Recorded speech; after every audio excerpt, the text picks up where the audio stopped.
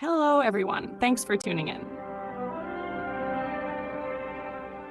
Today, we're taking a closer look at a growing phenomenon in Japan, something that has been spreading rapidly across YouTube, TikTok, and online communities. It's the rise of women-bashing content, especially content targeted at single women, career-driven women, and women in their 30s and 40s who are navigating dating, independence, or marriage.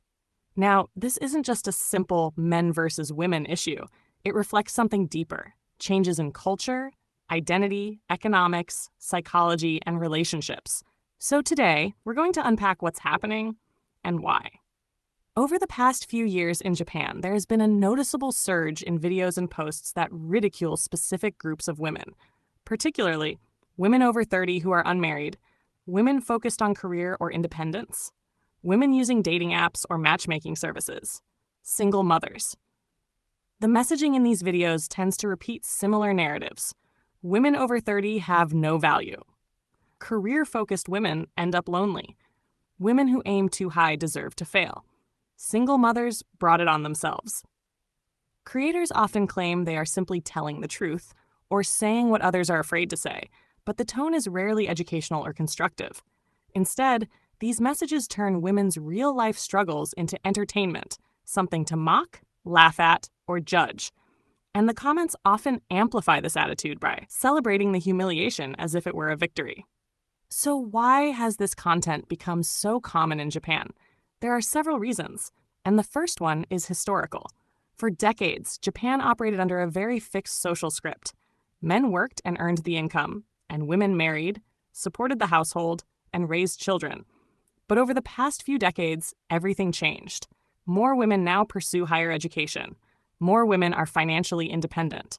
Marriage and motherhood are no longer automatic or expected. Yet, social expectations, especially from older generations and traditional culture, did not fully evolve at the same pace. And that gap between expectation and reality creates frustration, confusion, and resentment. The second factor is economic pressure. Japan has been dealing with long-term economic stagnation for more than 30 years. Wages have barely increased. Job security isn't guaranteed. Living costs continue to rise.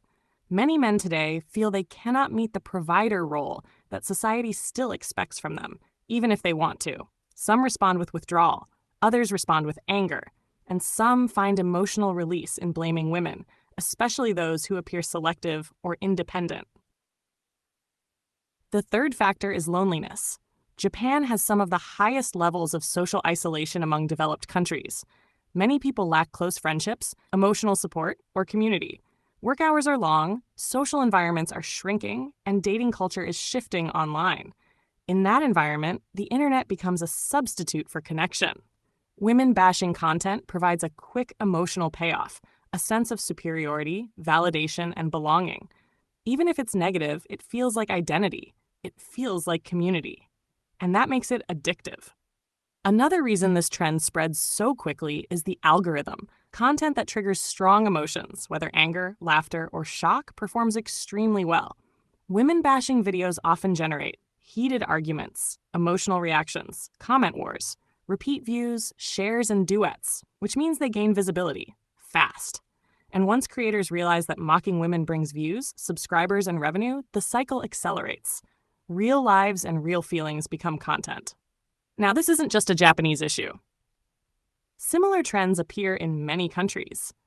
But there is one key difference in the narrative. In Western countries, hostility is often directed at feminists or women perceived as too empowered. The message is, you took too much power. In Japan, however, the target is often women who struggle with love, stability, or marriage, especially those over 30. The message is, you waited too long. You aimed too high. This is your punishment. Both narratives come from discomfort with change, but they express it differently. Psychologically, this trend isn't driven only by hatred. More often, it comes from unresolved emotional wounds: rejection, loneliness, low confidence, fear about the future, difficulty with relationships. Mocking others becomes a way to avoid facing personal insecurity. It does not fix anything, but it temporarily numbs the pain. Understanding this doesn't excuse it, but it reveals why this cycle continues. So why does this matter? Because even if it looks like just the internet, the impact reaches real life. Women become afraid to date or express vulnerability. Men become cynical and distrustful. The gap between genders grows wider. Marriage and birth rates decline. Children grow up absorbing the idea that relationships are battles, not partnerships. This isn't just entertainment, it's shaping the future of families, identity, and connection in Japan. Japan, like many societies, is in the middle of a transition. The role of women has already changed. The role of men is still evolving. And that uncertainty creates fear for both sides. Women are not the enemy. Men are not the enemy. The real enemy is fear, loneliness, and the belief that someone must win. Healing begins with conversation, understanding, and rebuilding trust, not competition.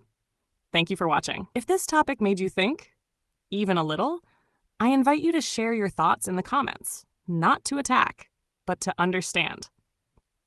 If you'd like more videos exploring Japanese society, culture, and the changing relationships between men and women, feel free to like, subscribe, and turn on notifications. See you again in the next video.